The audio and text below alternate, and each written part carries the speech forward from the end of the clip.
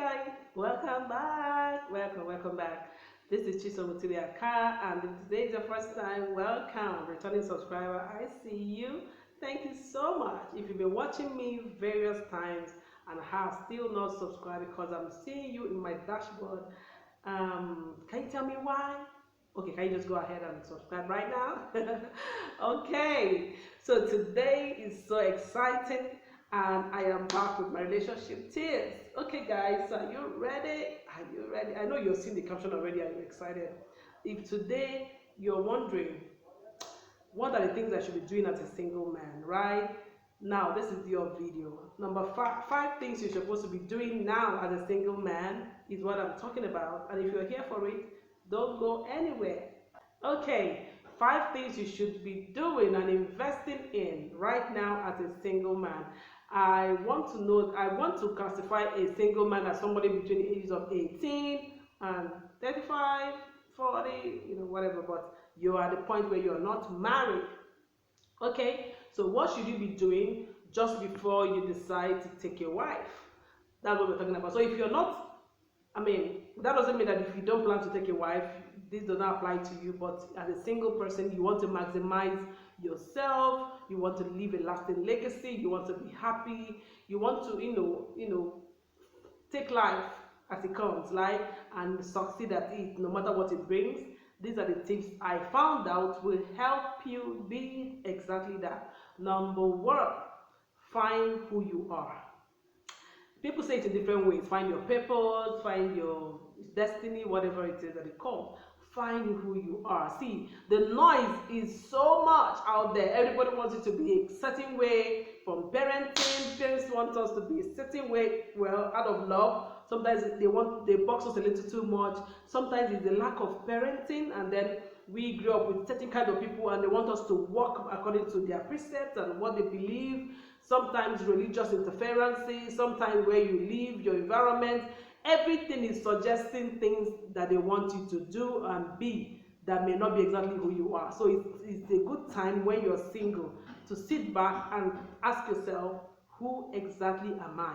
What am I uniquely crafted to do right here on earth? What is so different about me and everybody else in the world? What are the things that make me so excited? What are the things that makes me so sad? What are the things that I have a constant nudge to do or be? Who are the kind of people I'm excited to be around?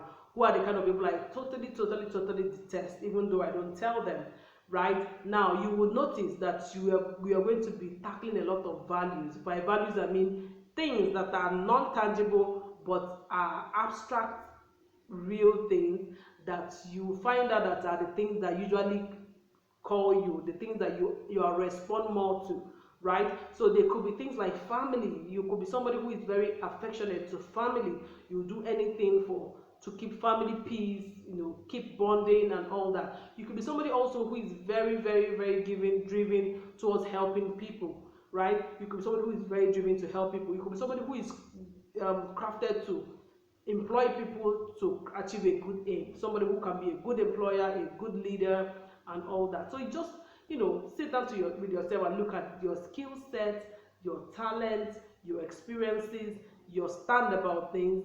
You'll be able to get a glimpse of who you are, different from every other person, right? Now, this is not going to get clear immediately, but when you continue on the path that you have the nudge for, you are going to get clarity as you go, right? So now, finding who you are does a lot of things for you. It helps you, first of all, know the kind of people to have as friends. It helps you know the kind of career to pursue or not. It helps you know the kind of woman to choose in future when you finally decide to get married.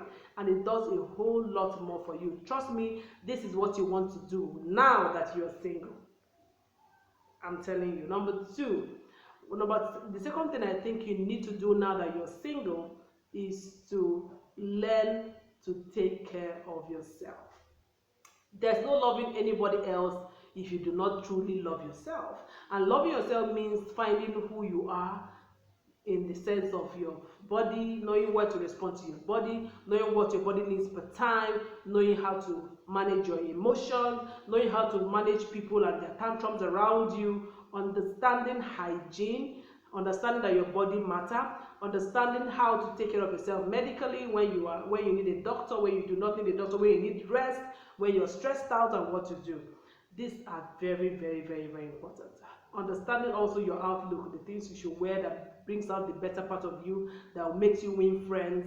Just generally loving yourself and understanding what works for you. That way, you can easily attract the right people into your life and also know how to extend this love you have for yourself to other people. Okay? Now, this is totally unscripted, right? So don't mind me if I'm kind of rambling.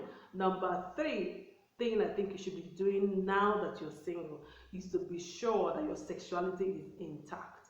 Guys, I have a lot of men who do not bother, like they don't bother to know their sexual health, how it is, whether they're sexually active or not. You want to go to the hospital, for instance, if you've ever been sexually active, to be sure that you do not have any pending infections that will affect your fertility when you get married or when you decide to have children. You want to do this for yourself, and you want to do this for your posterity. You want to do this for your wife in future. You want to do this for your children. Okay? Forget about all the men who do not go to hospital even when they are sick. Most times, I usually used to say this, and it's very sad. A lot of men find themselves in the hospital only when they are in an emergency case. Most times when other people have to take them there. And most times, they don't recover. And it's sad. You don't want to be in that demographics. You want to be the person who loves yourself enough to say, oh, I've been feeling this for a while. I've tried to do XYZ medication or rest and it's still there. I need to go see a doctor, right? So this will help you a whole lot. And you don't want to also be in that number of men who just think their genitals are for the public, and so they give it out and they open it everywhere and they insert it everywhere. They find a female figure. You know what I mean? So you have to love yourself enough before you can give love. Number 4, right? Number 4, the 4th thing I think you should do is to read, guys. Read, develop your mind. Read books, read resources, read online posts, follow people who are inspirational. Read books, guys.